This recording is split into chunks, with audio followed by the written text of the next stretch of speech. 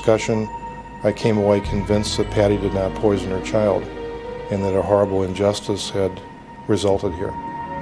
When prosecutors heard the new test results from St. Louis University, even they agreed that this new medical information raised serious questions. Once we were aware that there were actually doctors out there prepared to say that obviously didn't testify at trial, may have made a difference at the trial. And we agreed to a new trial. And we didn't have to do that.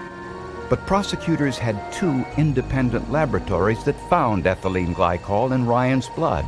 Traces of ethylene glycol were found in the baby bottle, and the autopsy report found oxalate crystals in Ryan's brain, a finding consistent with ethylene glycol poisoning.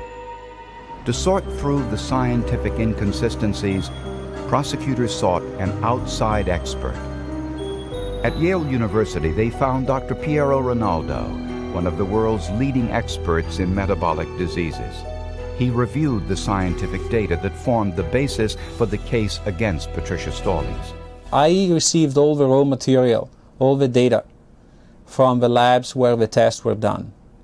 That was really the exceptional moment for me in this story, because I couldn't believe how low was the quality of the analytical work done in the commercial lab.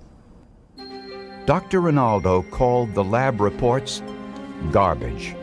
He agreed with Dr. Shoemaker and Sly that the gas chromatography peak shown to the jury as that of ethylene glycol was not ethylene glycol at all, and did not match the graph depicting the known sample of ethylene glycol. The retention time of the peak in question was 33 seconds later, which in gas chromatography is an enormous difference. It's really huge. And when Dr. Rinaldo reviewed the mass spectrometry results, he found a similar error.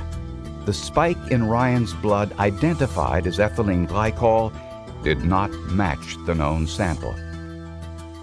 That really blew me away, because especially in a case, obviously, with legal implications, it must be perfect match.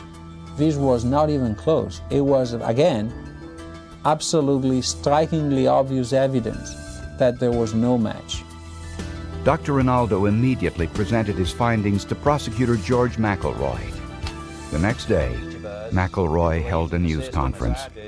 The state of Missouri is dismissing all pending charges against Patricia Stallings based upon the death of her child, Ryan, and I'm satisfied, I'm convinced, that Patricia Stallings did not poison her child.